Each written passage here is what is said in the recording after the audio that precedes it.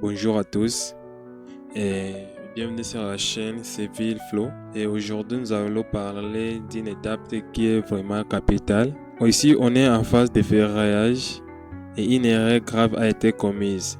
Une erreur qui peut fissurer la maison ou pire, elle peut causer l'effondrement du bâtiment. Aujourd'hui, je vous montre pourquoi le recouvrement des armatures est une étape la plus critique et comment faire le contrôle sur chantier. Et ici, on a fait la première erreur, le placement des recouvrements. Les ferrailleurs ont coupé les barres et les ont raccordées ici, au niveau de l'appui sur la colonne. En génie civil, c'est interdit de placer ici un recouvrement. Pourquoi? Parce que ici sur l'appui, c'est là où que les efforts sont plus violents. C'est l'endroit le plus fragile de la poutre. Ce n'est pas bien de placer ici un recouvrement. La deuxième erreur est la longueur des recouvrements. Ici, regardez la longueur, ce qu'il a fait. La longueur des recouvrements est trop courte. La règle elle est simple. On doit avoir environ 50 fois le diamètre de la barre. Donc, pour la barre de 12, on devrait avoir 60 cm de croisement. Ici, vous voyez ce qu'il a fait, c'est ridicule. Au moindre séisme, si on charge trop la dalle, ces barres vont glisser l'une contre l'autre et vont lâcher. Je vous explique simplement comment ça marche.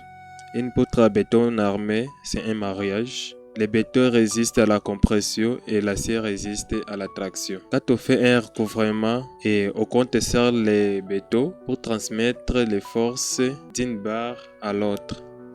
Si le recouvrement est trop court, l'adhérence ne se fait pas. C'est comme se tenir la main au bout du doigt. Si on tire, ça peut lâcher. Mais si on se tenait à l'avant-bras, ça tient. Même si on tire, ça va tenir. C'est comme ça que ça marche entre l'acier et les bétons. Donc le recouvrement, c'est comme si on fait un petit recouvrement, c'est comme se tenir au bout du doigt. Et si on fait un long recouvrement, donc c'est comme se tenir à l'avant-bras, ça tient très bien. Alors qu'est-ce que nous allons faire maintenant? Et on ne coule surtout pas les bétons. Et nous allons commencer par démonter ces barres. Nous allons déplacer les barres et nous allons déplacer les zones de recouvrement hors des zones de stress maximum. Ensuite, nous allons respecter les règles de 50 fois le diamètre. La construction n'est pas de la magie, c'est de la physique. Une maison qui est mal ferraillée peut tenir 1 ou 2, 4 ou 5 années, mais les fissures viendront et la sécurité de votre famille sera en jeu. Si vous avez un projet de construction à Goma ou ailleurs, ne laissez pas n'importe qui poser de faire sa surveillance. Si vous ne savez pas comment calculer les quantités de fer, les quantités de ciment, quantité de sable ou de blocs, je vais faire une série de formations et je vais créer à la fin un fichier Excel qui calcule tout ça automatiquement. Abonnez-vous pour plus de vérités sur les chantiers et on se retrouve dans la prochaine vidéo.